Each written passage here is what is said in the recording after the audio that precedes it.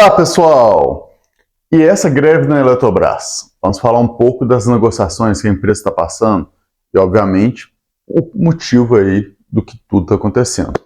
Também sobre o ponto importante da reafirmação do seu rating. Esse ponto é fundamental e é explicado nesse momento. Vamos trazer também a inflação na Europa, que acende um farol amarelo. Não muito ainda, mas começa a gente ter um pouco de preocupação sobre o que está acontecendo por lá. E, obviamente, a gente não pode esquecer dos indicadores daqui do Brasil.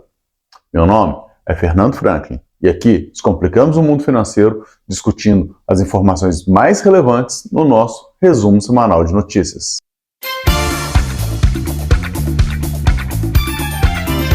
Então vamos lá, começando pelas notícias internacionais. Vamos falar aqui da zona do euro. O CPI, que é a inflação, do produto ao consumidor, avançou 2,6% na leitura preliminar de maio. Então, ponto importante, esse avanço aí, que era em abril 2,4%, agora 2,6%, acende um farolzinho amarelo para uma possível redução da taxa de juros por lá. A gente tem que ficar de olho. Ainda tem uma expectativa de ter mais 3 cortes de juros lá esse ano. Dá para fazer ainda, não está nada desesperador, mas é acima do que estava em abril e também acima da expectativa do mercado, que era de 2,5%.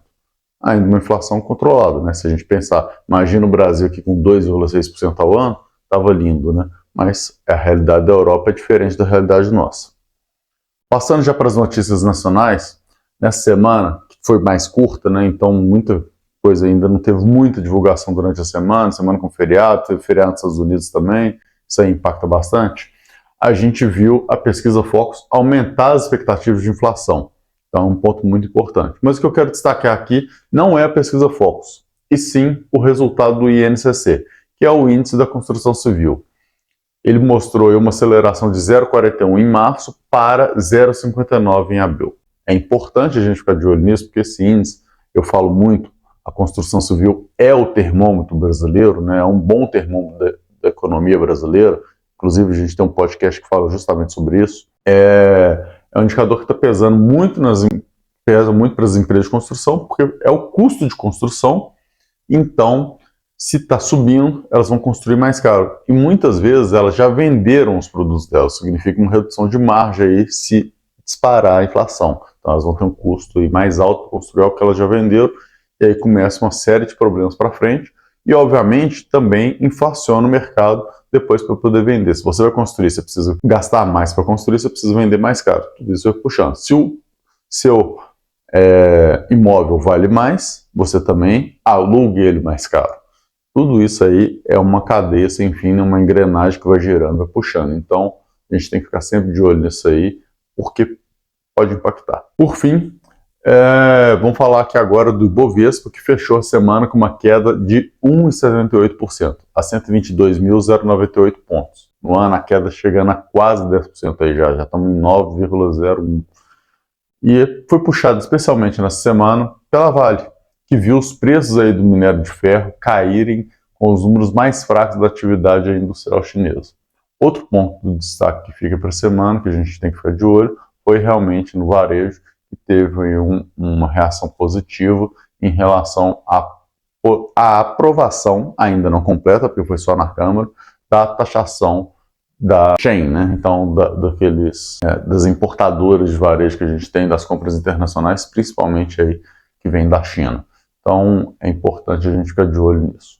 Já passando para os fatos relevantes de mercado, que nem eu falei mais cedo, queria trazer para vocês hoje a Eletrobras. Antes da gente entrar na questão do acordo dela, eu queria trazer primeiro o cenário dela. Então, a Fint reafirmou os rates de longo prazo dela em moeda local estrangeira em BB-, o que é bom, né? É um bom rate para uma empresa, padrão atual, e em escala nacional em AA, então, bom rate também.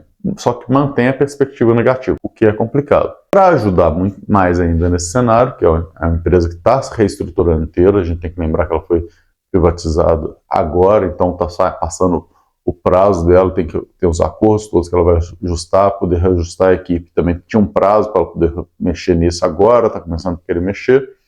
Ela está tentando um acordo coletivo dela desse ano. E ela fez diversas propostas. Uma dessas propostas era inicialmente pela redução salarial de alguns funcionários que ganhavam acima de R$6.000 e abaixo de 16 mil. Ela tirou essa proposta da mesa ela reduziu e depois acabou tirando.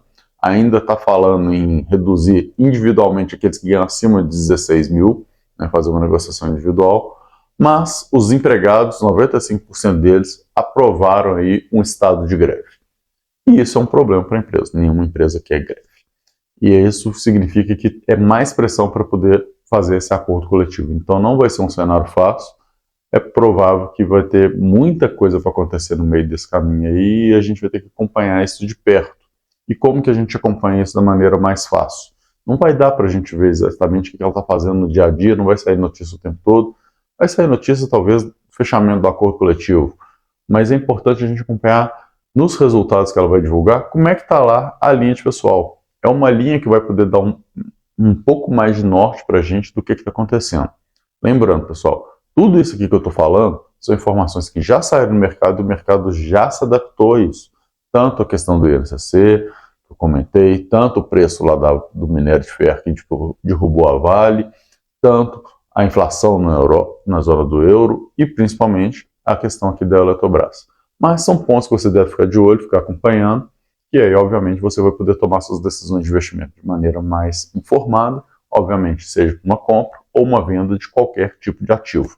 Tá? Então pensa nisso, fica ligado aí nessas informações e vai acompanhando e a gente vai trazendo outras informações para a gente discutir ao longo da próxima semana e obviamente na outra semana a gente volta com mais um resumo semanal de notícias.